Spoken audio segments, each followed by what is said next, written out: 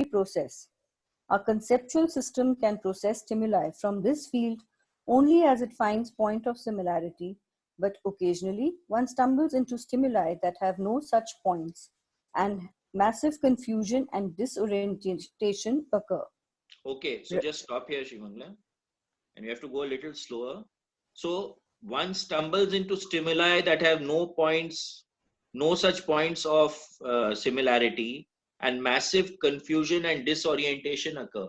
So we've been seeing in that book, in this book, that every time you're going from a known to an unknown, the unknown has to have certain points of similarity with the previous matrix.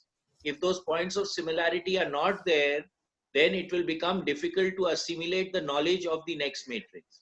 Now, when a person has a sudden out of body experience, it becomes pretty disorienting. You understand? So, naturally, the points of similarity have to be developed. Rather than out of body, these ventures should be more aptly called into the mind. Most of us, exteriorizing in this fashion accidentally, which happens at least once to most people, are terrorized beyond all and throw up such barriers to a repeat performance that it never happens again. I am sure that these chance happenings are attempts at establishing our bonds to a final matrix shift. Okay, so now this is important. Okay, now whenever we react with fear, we create a block because a trauma gets created and we create a block for that experience to happen again.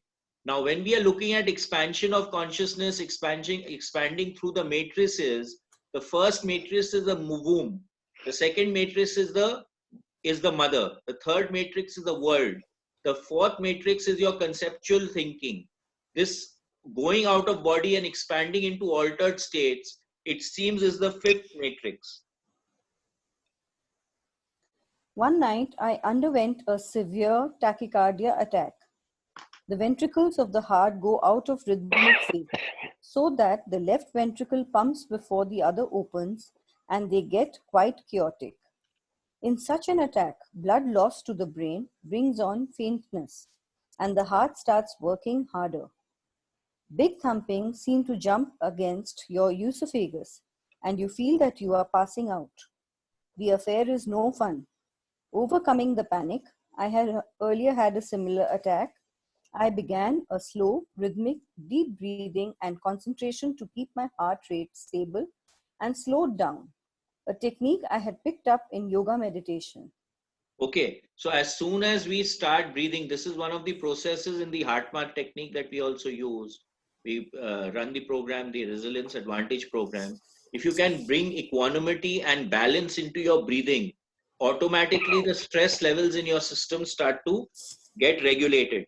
And today, if I'm having such an attack or something, getting into equanimity and equilibrium is extremely important. If I start panicking, then the fight and flight response will get activated and further compound the problem. Okay, so it's important to be able to kick into the system to relax yourself whenever you are undergoing a stressful situation. Okay.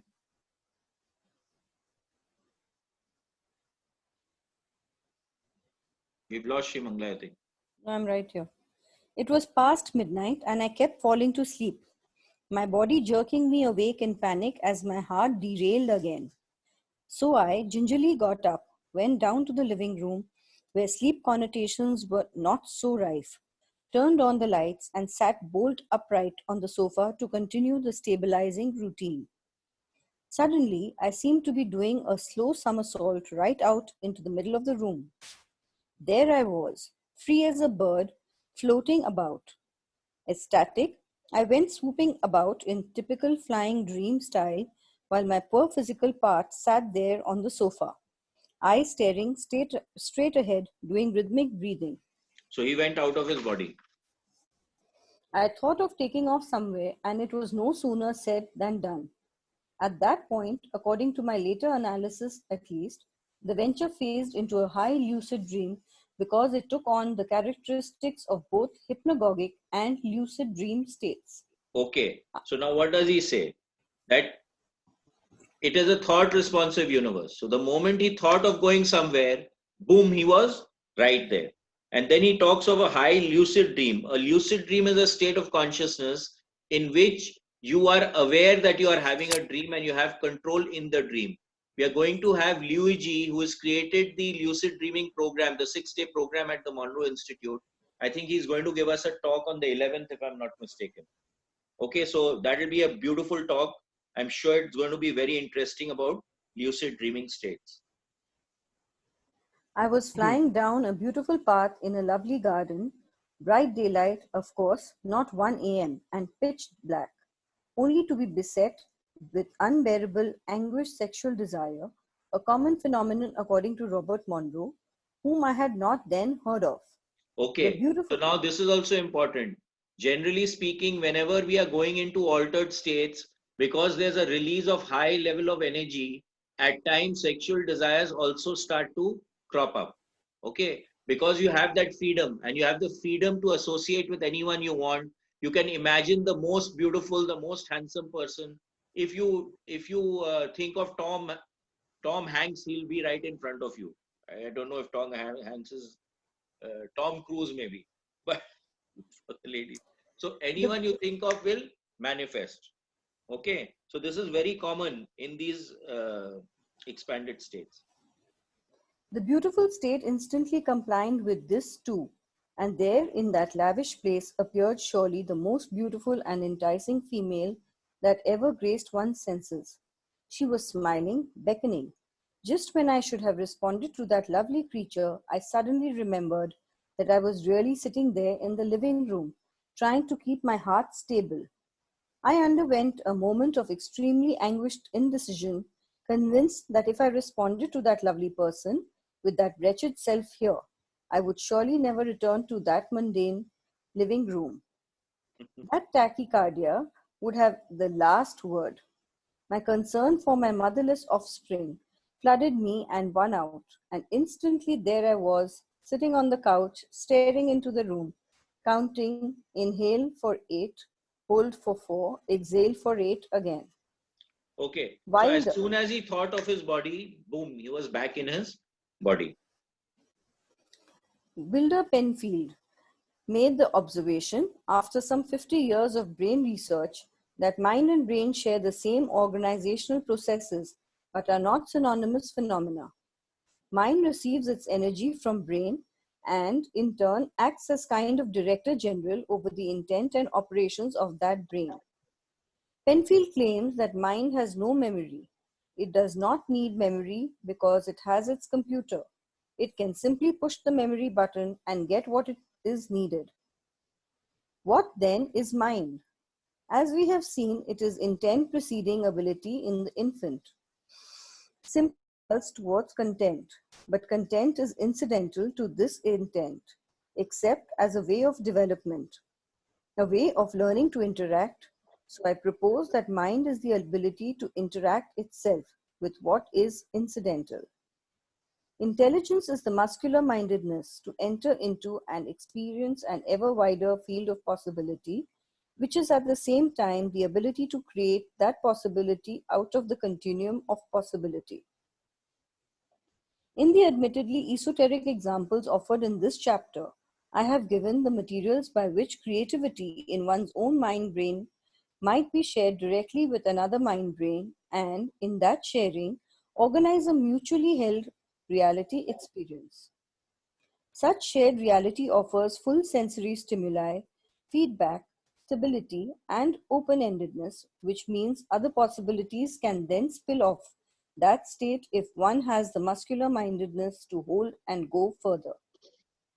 The shared state then offers a new source of energy, possibility, and safe space. The matrix has then become fluid and open, as life planned. This is autonomy of the person. The brain, however, is a material organization. It is of the same concrete stuff as matrix Earth. The movement of intelligence is from the concreteness towards abstraction. Penfield observed that the brain, after age 40 or so, starts losing something like 100,000 cells a day. This may not be an immediate problem. The brain probably acts as a hologram, in that cells themselves begin to reflect the structure of the whole system. We know you can remove large chunks of the adult brain without much impairment. Nevertheless, Penfield noted that as he grew older, his computer did not work so well. Memory was not so readily there as the push of the button. Computations slowed down. Speaking from his 80th year, however, Penfield also noted that the slower the old computer got, the brighter and quicker the mind grew. Mind is the ability to interact. The content through which this ability develops is, as you see, inconsequential. The fall of the developing child is in his or her being conditioned to believe that it is the content of interaction that is important. She or he begins to seize content as a buffer to anxiety, a kind of lifelong search for one security blanket after another.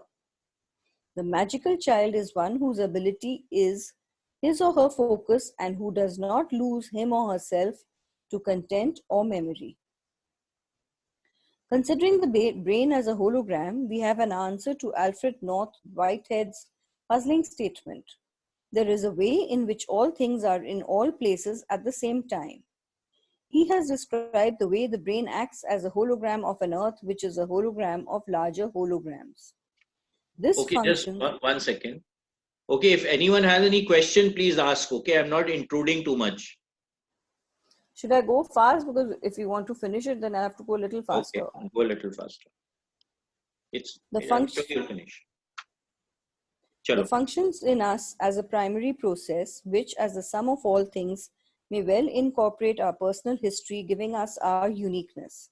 In his closing statements, Penfield theorized that if mind could ever be found to receive its energy from any source other than its own brain, we would then know that personal survival is possible after the brain's destruction. I have given selected examples from a wide range of possibilities that show conclusively that one mind-brain can be powered by another mind-brain, and that the mind-brain can be powered by the primary process itself. Judging from the whole thrust of development in its movement from concreteness towards abstraction, logic impels us to consider that the final step of autonomy is for mind to become its own matrix. Nothing exists except as an interchange of energy. The primary process, mind at large, must then be the matrix with which mind, separated from brain, relates. Nature never provides for a matrix shift without providing ample bondings with that new matrix ahead of time. Such bondings between mind and mind are the concerns of a much larger stage. Later stage, beyond the scope of a book on the child. They are the concerns of a vast literature from yogic and Sufic traditions, and more recently and indirectly from Elizabeth Kubler-Ross. The second bonding, yin and yang. In the 1940s, biologists discovered that one woman called the best-kept male chauvinist secret in the history of biology, centering on the fact that the male sperm can be of either X or Y chromosome construction, whereas the female egg is always an X chromosome. The Y chromosome sperm is much faster and stronger than the X sperm and nearly always wins the race to the egg. But the Y sperm is also quite short-lived, and unless the egg is right there, ready and waiting, the swift sperm quickly dies. The weaker and slower X sperm arrives later, and being of a more stable nature can hang about a bit if the egg is not ready. If the X sperm succeeds in penetrating the X egg, an X chromosome embryo will develop, which means a female embryo. If the Y chromosome sperm wins out, an XY chromosome embryo results, which means a male embryo may be. The success of this XY embryo depends upon the balanced production of the hormone testosterone. If this hormone production is not successful, the embryo's XY chromosome structure reverts back to an X status somewhere between the 6th and 8th embryonic week. That which would have been male returns to a female structure, or it aborts or grows into a confused gender, not quite male or female. This discovery indicated that the baseline of organic life is essentially female. with the production of a male subject to some inherent risk. Ashley Montagu's studies showed that about 50% of all human fertilizations seem to abort spontaneously somewhere between the 6th and 8th embryonic weeks. Most such women, Montagu surmised, are unaware that they have in fact conceived. They simply miss a period or even two, and suddenly all is normal again. Another stage of spontaneous natural abortion occurs around the 5th month, probably because the massive undifferentiated brain cell growth begins its differentiation into functioning organs during this period. At any rate, a majority of these 5th month abortions will be male fetuses. A certain number of infants are born prematurely around the 7th month, and a majority of these will be male. Of course, of normal 9-month deliveries, a percent age will be defective, blind, deaf, malformed in some way. Some 80% of these will be males. 80% of all silent crib deaths are males. And 80% of all autistic children are males. And 80% of these will be firstborn males. 80% of schizophrenic, hyperactive, retarded, and generally dysfunctional children will be males. Male births outnumber female births, yet mature females outnumber males. Consider then that if the production of testosterone is incomplete, the XY embryo will revert to an X embryo to some degree or abort. If Montagu's observations are correct, then by simple logic, we can see that probably 80% of these abortions will be unsuccessful males. Apparently, nature has to try far more frequently to produce a male, and he is much more subject to natural selection. Beneath his postures, stances, and gestures of defiance, the male somehow perhaps senses this and is more prone to anxiety than the female. Infant monkeys were separated from their mother in childhood. The male children went through some 12 hours of frenetic searching for the mother, continually giving the distress cry of separation. After this intense stress, the male monkey child collapsed into a fetal position and went into an anaclitic depression from which he would not have survived without intervention. These male children began, after some 7 or 8 days, to make a slow return to some normality. The return was only partial at best. However, they proved incapable of social interaction and were sexually impotent, withdrawn, and self-destructive. Little girl monkeys, when separated from their mothers, underwent the same intensive 12-hour search. At the end of that time, not having found their mothers, they made an immediately return to apparent normality with no anaclitic depression and collapse. They later proved to be quite poor mothers and mistreated their offspring. Studies of human children indicate the same response. Little boys whose mothers die, abandon them, or suffer from emotional havoc and permanent scars than little girls do. This was the case with my own family. 2 girls were 4 and 12 when their mother died, and they showed far fewer emotional scars than my boys 7 and 9. The studies of Macy, Jaslow, and Breger and others strongly suggest that failure of bonding with the mother or a conditional insufficient bonding is a frequent cause of infantile autism. But this is the case with 4 times as many boys as with girls. Gardner, in his study of early dwarfism, found male children the most common victims. The reason generally being the mother's unexpressed hostility towards the father, unconsciously reflecting in failure to nurture the male infant physically. So what the mother is thinking is so important, during pregnancy. Movies were shown to 8 and 9-year-old boys and girls at moments of tension when terrible things were about to happen on the screen. The little boys jumped up in agitation and thrust their arms out as if to fend off the disaster. The little girls sank quietly back into their chairs, grew very still, and waited. From the very beginning, the female, being of the baseline genetic structuring of life, is able to flow with, bide her time, and survive. From the beginning, the male is anxious, tries to fight against, dominate, pit himself against the odds. He seems born already functionally separated from the life force that somehow underlies the female in unbroken flow. As such, he cannot survive, at least not at all well, without the female. The unmarried adult male does very poorly compared with his married brethren, regardless of how the married brother gripes. The unmarried male has far more accidents, murders other males, and is murdered by them more frequently, commits suicide far more frequently, and is ill much more often than his married brethren. And of course, males outnumber females in such destructive actions by 10 to 1. Finally, the unmarried male has a much shorter lifespan than the married male, whereas the unmarried female gets along surprisingly well. She lives just as long as her married counterpart. So, ladies, you're much stronger than us, huh? Males. Psychology Today published a study showing that male intelligence was quite superior to female intelligence. Males, the study said, produce far more great geniuses, scientists, heads of state and corporations, inventors, composers, creative minds.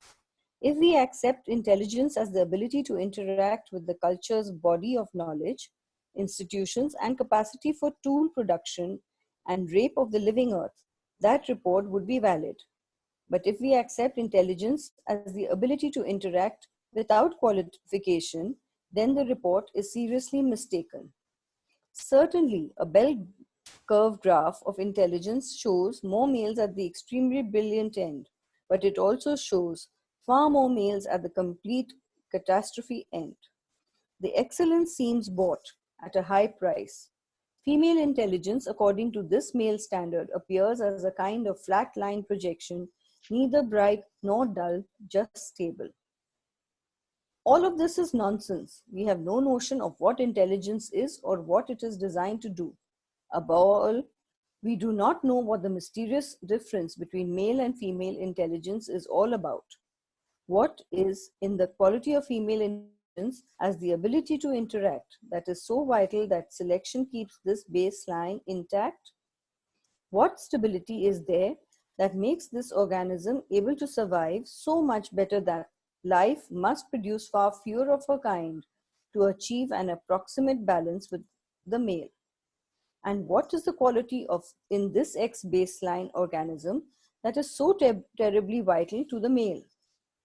It is not just sexual attraction, for if it was, our massive preoccupation with sex would immediately solve the problem. What is the quality of male intelligence that makes nature spend so much extra effort in production trying to make the difficult balancing feat work out right? What specialty of intelligence did nature have in mind here? And again, what is the factor missing in the male that makes him so dependent on the female? At issue is the unbonded male child or the insufficiently bonded male. His need of bonding is biologically crucial, and the biological structure resulting from insufficient bonding is a warped, non-natural biological organism. This thrust of nature simply goes haywire when unbonded, rather like a wild electron that has no orbit to give it its energy, organization, meaning, and purpose. There is something in the female that he must have from the beginning. Missing this, his machinery gets thrown out of balance. The unbonded female might become neurotic and be unable to bond to her child properly, but the unbonded male goes very subtly mad. Unless rooted to that mother matrix, his other matrices cannot form, and his machinery loses its balancing mechanism, its governor. He runs amok. What the unbonded male does is spend his life turning back on that matrix, trying to force from it that which is lacking. And what is lacking is his source of personal power, his possibility, and his safe space. Lacking these, he turns and uses his strength to rape. He rapes either crudely or with sophistication, that is, bodily or intellectually, raping the earth matrix with technology. And he then has the chutzpah to set up an entire cultural criteria system for judging intelligence according to how successful one is in this rape of matrix.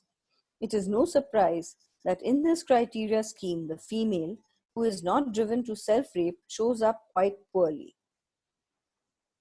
The difference between the drive for the rape of the physical body of a particular woman and of the physical body of the living earth is only a difference of degree, perhaps a college degree. The same imbalance is at root. The non-bonded male has no safe space and turns to force this from the matrix. To dominate her becomes his passionate, to violate her if need be, to win from her that elusive magical nutrient every female seems to have, but which the unbonded male cannot get or beat out of her. Jean McKellar makes it clear that sexual hunger has little to do with why men rape, nor does sexual attractiveness in its usual social sense play a role. The 80-year-old woman is just as liable to be raped as the 20-year-old. The rapist himself does not understand the real hunger that drives him. Our current graphs of intelligence indicate grave imbalances, not what nature intends. A true graph of male-female intelligence would not show a bell curve of wild extremes for the male and a dull flat line for the female. In this kind of split, everyone loses.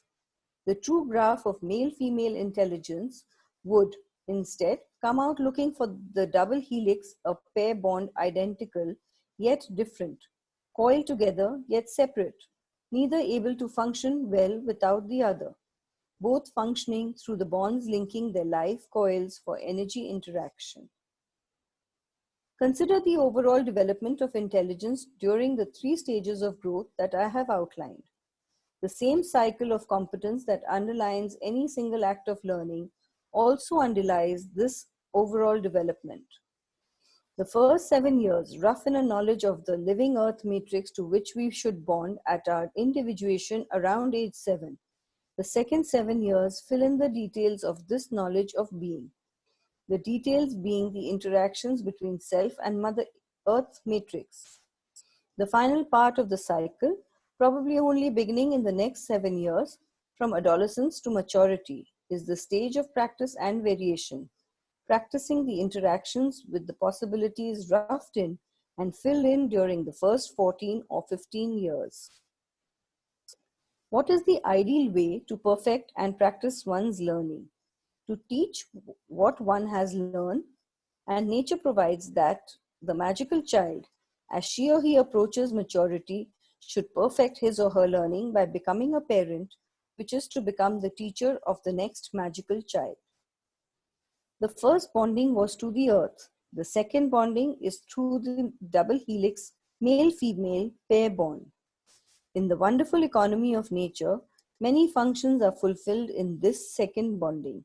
We are a threefold organism consisting of body, mind, brain, and something variously referred to as spirit or soul, and which I have represented here as the primary process. We find this expressed in the triune nature of the brain itself, a purely physical brain system of body knowing, an intermediary kind of brain I have called prism process, and the high brain of the self system or individuality. The progression is from the concreteness of the purely physical kind of knowing toward the purely mental, and the primary process is always the functional matrix out of which the progression springs and on which it rests. Between the ages of 11 and 15, the magical child's matrix shifts to the self. A mind brain is in a body. She or he becomes his or her own source of power, possibility, and a safe place, though always resting on the larger earth matrix. But the progression of concreteness towards abstraction demands that mind brain becomes the new matrix by maturity. This entails a functional logical shift of pure thinking away from body knowing, and the logic of differentiation provides this through feedback. But no organism can exist except through the interchange of energy, because existence depends on flow.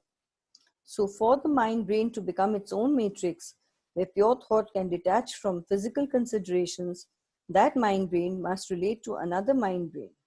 And this also is what the second bonding provides. The male mind brain bonds to and interacts with the female mind brain for the expression of the mind brain's vast creativity, as I outlined in chapter 21. At the same time, this bonding allows a meshing of the primary process of the male and the female, through which non-physical reality creations and stabilizations are possible. Okay, so just 1 second here.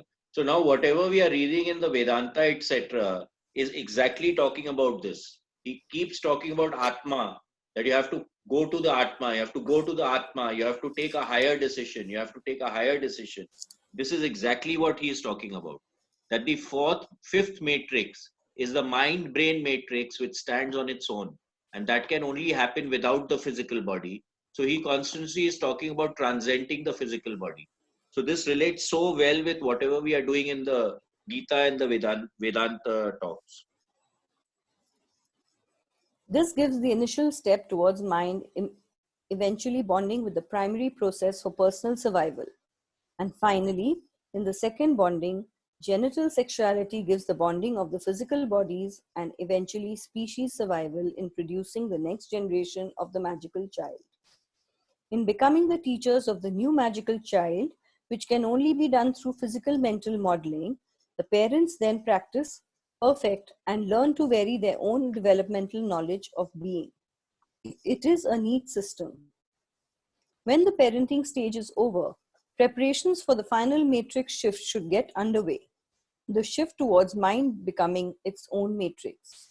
This means that mind must functionally separate from the concrete operations of the brain. Mind can do this only by relating with other mind for the necessary energy flow, and male-female bonding should provide this. The medium would again be the primary process, mind at large. Finally, mind or personality can relate solely with the primary process and be able to function independently of the physical body, brain, or world. Thus, when the life cycle as we know it ends, the next matrix shift to mind at large will have been properly prepared, the bond secured.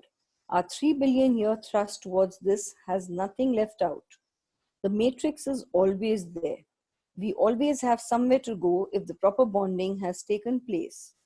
The second bonding incorporates all these transitions and so is one of the most awesome and profound experiences of life, state specific to late adolescence and early maturity. Generally, this great movement is thwarted by anxiety and ends in dust and ashes, but its deep and universal significance is sensed by all of us at one time or another. Just as many of us spend our lives searching for that missing matrix or Mother Earth, so we spend our lives looking for that love the second bonding is meant to hold. As usual, we are stalemated in this physical and concrete, searching in it for that great missing mind-spirit element. Somewhere in our broken hearts, we have always sensed this, though we have so poor an understanding of where and how it all went wrong.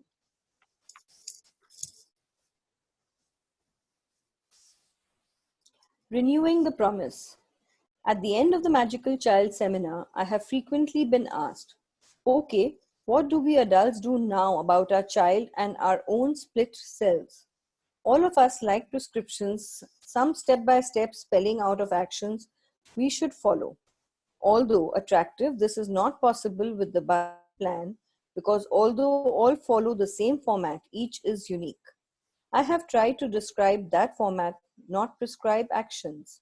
We must not try to impose still another adult prescription on that plan, which is how it gets wrecked in the first place. Bonding is the issue regardless of age. The parent who can start off with a new infant is lucky because by bonding to that infant, they are bonding to the undifferentiated primary process. Learning to take our cues from the child and make a corresponding response means learning to heed and respond to the primary process within ourselves as well. A child can teach us an incredible amount if we are willing to learn. And because she or he is biologically geared to take his or her cues from us, she or he learns as we do. Some specific steps are certainly apparent: holding with body molding, eye contact, smiling, and soothing sounds is something all of us can use. Anything that blocks bonding should be avoided. Hospitals for delivery, bottles for feeding, cribs for sleeping, playpens and strollers for isolation, daycare centers for not caring, nursery schools for not nurturing, preschools all create abandonment and weaken the bond. Surely a parent would do everything possible to protect the child from premature literacy and be warned about television. To nurture the magical child is a full-time responsibility. Surely the same holds for us adults who would reclaim our lives from our anxiety's grips. Our lives too are filled with cues concerning real needs. The biological plan might go underground in that strange semantic reality of ours, but it is possible for it to be extinguished. A full language system is found in both hemispheres of the child's brain, but later the right hemisphere goes mute. Although we are conditioned to orient to language feedback until it seems to fill the stage, the rest of the mind brain goes right ahead as genetically planned. As my examples have shown, the primary process and the old brain's body knowing continue right along. We adults face a signal to noise ratio problem. Our semantic reality, kept intact through our roof brain chatter, makes an awful din, but we grow afraid of silence. We need to learn again to listen to our body and our primary process. They have their language too, though it is not of the same nature as the propositional logic chattering in our heads. The father, who was suddenly moved to join his son in stopping the flow of blood, had somehow broken through the noise level of his ordinary anxiety and followed the subtle signals of his body. A certain risk seems inherent in this kind of action, though, because it leads into unpredictable territory. Indeed, we have historically referred to this kind of non-ordinary response as left-handed thinking, because the right hemisphere, which runs the left hand, seems the repository for this kind of effect. Cultures have always represented this left hand as the sinister, dark, and evil, largely because of its unpredictability. Had that father followed the predictable path of reaction, an entire chain of predictable forces would have been enacted. Perhaps the sympathetic rescue squad and the dramatic sirens wailing, sympathetic police and dramatic hospital emergency room, sympathetic doctors and nurses, and maybe even the drama of the local news media and a human interest story. Surely, vast machinery would lie idle if left-handed thinking were to be employed habitually. Our anxiety conditioning leads us to believe this left-hand process is tantamount to death itself, and our conditioning sets up buffers between this dark unknown and our ordinary awareness, which is sustained by verbal feedback and that which is right. Attuned to this noise, we lose our communication with the subtle power of the rest of our being. To become quiet and respond according to these subtle signals seem to be the equivalent of giving up our last defense. So again, come back to meditation. Okay. So he says that our anxiety condition leads us to believe this left-handed process is tantamount to death itself. And our conditioning sets up buffers between this dark unknown and our ordinary awareness. So anything that you're not aware of, it sets up a block. So the idea is to keep testing the field, keep testing the field, keep testing the field, raising our bar all the time, always pushing ourselves to be able to achieve expanded and higher states of awareness and understanding. Yet the moment we can drop such defenses, even for a brief time, and respond to our left hand, we shift matrix from anxiety to the primary process within. A remarkable woman in her early 30s, formerly an actress, now working for a doctorate in psychology, related the following incident at a seminar. As she was approaching her apartment in New York City late one evening, a car suddenly pulled up and she was yanked into the front two young men, a knife point immediately jabbing at her throat, all in the wink of an eye. The two young men immediately began babbling at her, their speech sporadic and half incoherent, that they were taking her out to New Jersey and were going to rape and kill her. They demanded that she tell them how it felt to be getting ready to die. It dawned on her that they meant it, that they were in a state of high agitation and had all the earmarks of intense fear and anger.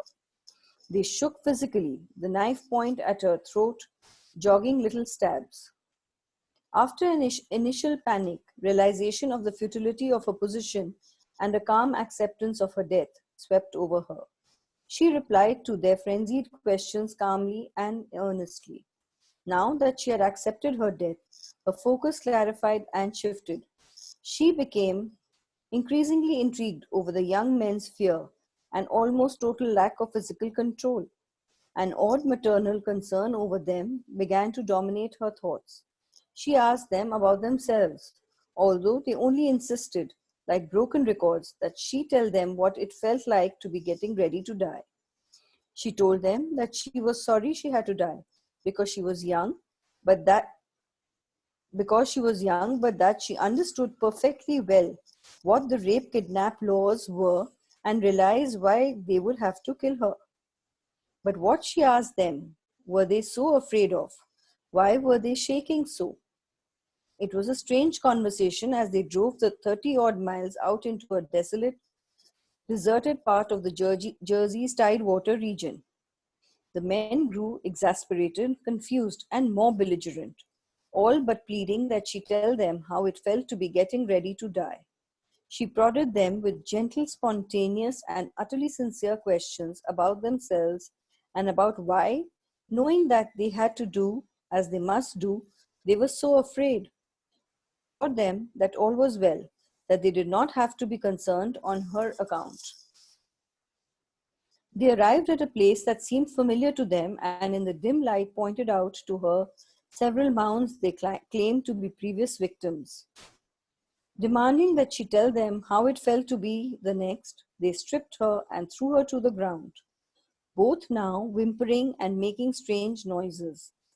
Looking up at the boy mounted over her, she dimly sensed a contorted and broken face. Compassion filled her anew, and she put her hands up and cradled his cheeks in her palms, and said quietly, "It's all right. You don't have to be afraid." At this, the young man collapsed into a heap, overcome with great racking sobs, shaking uncontrollably in the spasm of wild grief. The other man sat pounding the ground and shouting, "What is it? What is it? What's gone wrong?" Then he too burst into the same strange, grief-stricken sobs. It was some time before they quieted, enough that she could speak to them and say quietly, "Boys, we may as well go home." Without a word, only their continued sobbing, they drove her back to the city. At the first subway, she suggested they let her out, which they did. She told us she had $300 in her purse, but they had given no thought to money. On impulse, she asked would they lend her the money for the subway, which they did.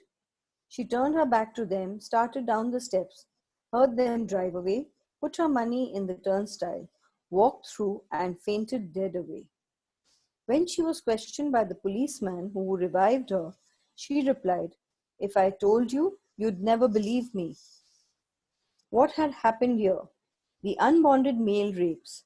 He turns on the matrix in fear and rage to seize what was denied him and crush that matrix at the same time. But just as some autistic children seem most fearful of the physical nurturing they once so sorely needed, so these young men could not cope with freely given tenderness and compassion. The only state they could comprehend was a mirroring of their own isolation and terror. They pleaded with her to be terrified and reflect a madness they could understand.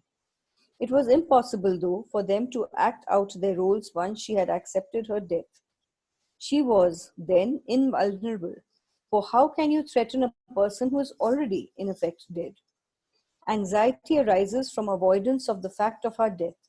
whereas muscular mindedness arises from the ability to meet it. Accepting her death shifted her matrix. Like the Aikido master, she walked through their rage untouched. She had inadvertently surrendered to the common ground between them, a continuum of possibility that works equally for all aspects of itself. She was then given the words to speak and the actions to take, just as the father of the bleeding child had been. And like that father, she gave the sanction of a safe space these young men had never known. For that brief space of time, they were bonded, their wounds also healed, and they wept. Another story was related to us by a dear elderly woman. I can vouch for its authenticity in spite of its grade C movie quality. The year was 1903. She was 9 years old, spending a year with her grandparents on a Kansas homestead. It was a wild country back then, with lonely homesteads spread out over the land. The grandparents were Bible Belt fundamentalists, referring to the Lord with every breath in a kind of semantic reinforcement of their system of beliefs.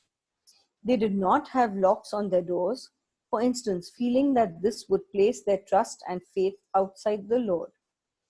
One cold, rainy night, the grandfather, an itinerant preacher as well as farmer, was called away to sit with a dying member of his flock, and the little girl was allowed to sleep with her grandmother, a great treat.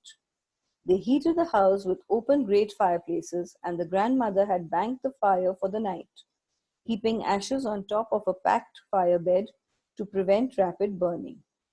It threw a soft pink glow over the bedroom.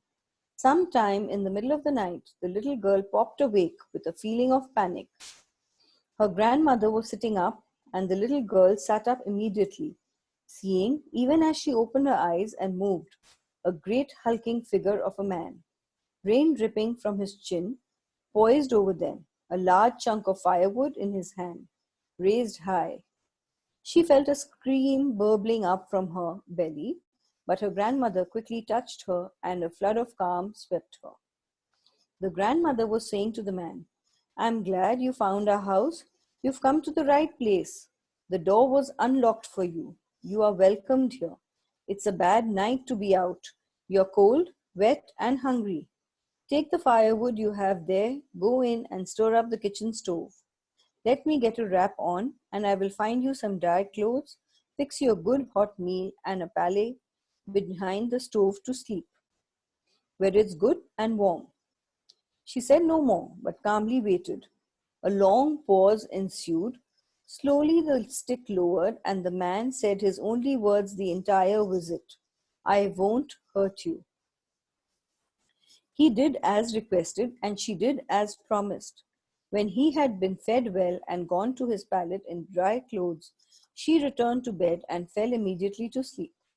They awoke to find him gone. About 10 o'clock that morning, and here the grade C movie begins, they heard the baying of bloodhounds. A sheriff's posse charged into the yard in high excitement. Their night visitor, it appeared, had been the proverbial escaped homicidal maniac. He had stopped at their nearest neighbor's that very night, broken in, and systematically killed every member of the household, the grim condition of the home indicating a ghastly struggle. The sheriff had feared a duplicate was relieved to find the grandmother and child safe. A reconstruction is not hard to make. The demon-ridden madman had escaped his captivity, plunged desperately through the cold night, spotted the farmhouse, broken into it. At the sight of him, the family had panicked, no doubt, screaming, rushing for guns, knives, hatchets. A general melee had ensued. His disorder of mind had been amply mirrored, amplified by their reacting energies. They had met his violence with their own and doubled the score. He could not tolerate the house once the mayhem was over, seeing his madness reflecting in the carnage. So he plunged out in his terror, coming eventually to the grandmother's house. But then he entered a different environment. He met with unity. His madness found not mirroring but absorption, acceptance, and transformation. The primary process within him was then powered by the primary process in the grandmother, following her volitional decision, as primary process is designed to do when decision matches intent.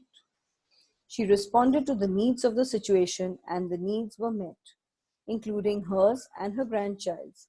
It was impossible that the madman could have acted other than he did. It was not possible within her world for him to have been less than his true self. She freed him from his demon, at least for those fleeting hours.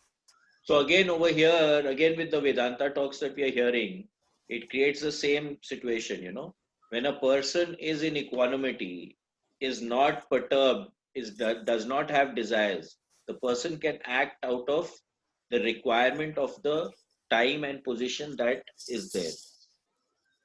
So inner resilience at the end of the day. Orny, yes, but a pretty handy trick in case of trouble.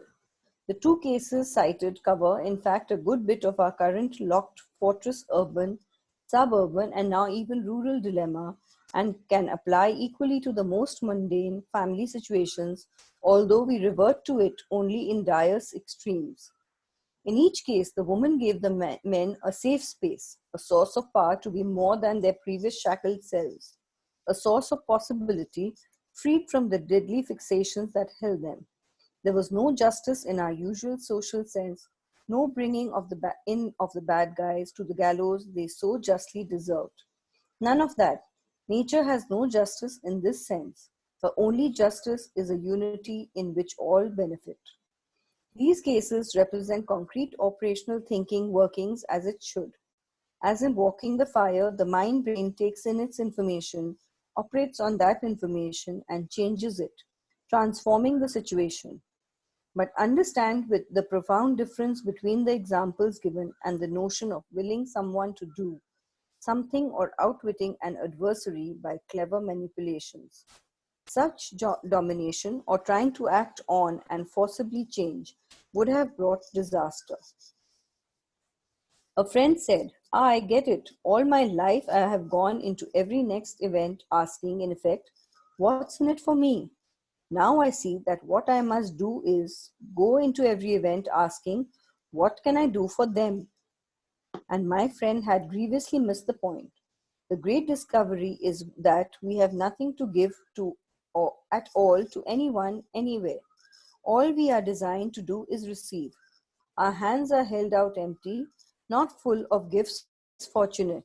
I am receiver, a perceiver, not the producer with largesse to dispense. I have nothing to give. Rather, I have sharp, specific needs from every situation. And so has each and every member of every situation. Okay, so now over here, see, this is again what we were just doing. That look at what you can do for in a situation. What you can do. Most of the time, we are thinking of what do I get? What will I get out of it? What is in it for me? This becomes a huge problem. Okay, and all of us are looking for something for a situation. If we start giving it, then automatically things will start falling into place. Rather, it's amazing how coherent this chapter is with whatever we are doing in the Gita. It's fantastic. Rather, I have sharp, specific needs from every situation, and so has each and every member of every situation. To deny ourselves is nonsense, and yet to act for ourselves is folly, because we then try to direct our situation along the volitional lines of our either or logic. The paths making up any situation regress infinitely out in every direction. Our intention must immediately clash with the counter intentions of others in every situation, each out to force the flow their way and make us react to suit their plans. All that can result from this is chaos, the usual cultural condition. No, I bring except my volitional ability to respond to the needs of the situation. To respond to the needs is simply to open, to say yes to the inner intent without attempting to understand, and then to just act as though. So this is again what we keep talking about, getting into the flow. Okay, this is what we keep talking in awareness. Just get into the flow. Allow things to happen. This play in the face of apparent hostility and problems is a kind of deep play, a play for very high stakes. This play keeps me alert. I know that I am not the producer, only the recipient, and that all I can do is play. But because of my willingness to play on the surface, the work underneath can then take place. So when I say yes, I'm not in resistance to something. I allow things to happen and then engage the process. That is when real manifestation and real growth will take place. So what I pretend is that the work is taking place, even though I cannot know that for sure ahead of time or know how it will unfold. Again, what we got in when we were doing the out of body thing yesterday, he said that you create in the astral, and then whatever's created in the astral will manifest here. So if I set an intent and let it go and allow the universe to manifest, that is when real creation takes place, because we have very little concept of what really is. With our limited senses and a limited mind, we cannot actually perceive everything. So if we allow it to happen, it's much better. I pretend as though and find to my delight and continual surprise that the world out there bends to my desire. And what is my desire? That as I respond to the needs of the situation, those needs will be met. I do not have to try to figure the correct choices among the myriads of possibility. I have only to say yes to my intent. Then the right words and actions are given to me. So again, the universe responding and giving us the opportunity to act in that particular way. Most of the time we are saying, I can't do this, I won't do this, this is not what I want to do, you should do this, you should do that. If we flow, we can just allow things to happen and things will automatically start falling into place. God works and man plays, or that is the way the scheme is set up and meant to be. I like it that way. As soon as I try to do all the work, I have tried to be God and I mess everything up. So again over here, the concept of what is the concept? You're working to do it and it is happening. There's a distinction over here. If I'm working hard to do something, then again it's a problem. And then in the Gita keeps talking about the 4 S's: Swata, Sahaj, Shresht, and Swikar. The same thing is meant over here. The harder I play, the harder God works. Sometimes we get caught up in a spinning around of the work play. Sometimes everything catches fire in this workplace spiral, a spiral of fire such as Blaise Pascal experienced and scrawled about on that piece of paper one marvelous night. Fire, fire, he wrote, not the God of philosophy, but the God of Abraham, of Isaac, and of Jacob. He had fallen into play, was never the same again, and carried his scrawled response in the lining of his coat, next to his heart all his life. Perhaps this is not a very detailed prescription, but it will meet the needs of any child entrusted to us. The offspring we begot or will beget, conceived or will conceive, and this child eternally begotten in ourselves. Beautiful. This last chapter was really nice. So we are done with this book. We'll meet again at 4 o'clock for meditation. We are going to start the power of now from tomorrow. Okay. I have the PDF. I'll send it on the group. So whoever is on the group can download it. The rest of you who are not on the WhatsApp group, because it's already 200 and something people, I think we have only 2 or 3 slots left. So if you want to continue, Nitin, if you want to continue in these processes, then join the group. Otherwise, you can join with the links. There's no problem. Okay. And we'll take it from there. So meet you all at 4 o'clock for meditation and then 9:15 for the talk on shamanism. So Niket, just 1 minute before we hang up. Gita also speaks in chapter 4 about breathing right. What you do, the heart focus breathing. Correct. Which is very interesting because it comes across even in Gita. So So everything we do is all there. It's not that it's not there. The only fact is that the West is making it easy for us to be able to assimilate it, and they're giving biofeedback tools for us. to be able to actually perceive it and see it. So we are going to have a talk on heart math also. We are going to have a talk on mind mirror also. I've already spoken to Judith. We are going to have a talk on lucid dreaming. I mean, I think till the 30th, every day we have someone talking in the evening at 9. Okay. We have a full repertoire of people coming in. We've got a lady who's going to talk on channeling. What else is there? Yeah, we've got Yeah, you metaphors sent of a full list. Yeah. what? You have sent out a full list. Yeah. He's No, updating it that every day. I've sent it only till the 13th. Now we've got a list up to the 30th. Oh, wonderful. Okay, so Thinking that we are going to be till then. 100%. And even more, and even more. Chaliye. Shall we see you? See you. Okay, See you Bye-bye. then. Ram Ram. Ram. Bye-bye. Ram, Ram. Bye.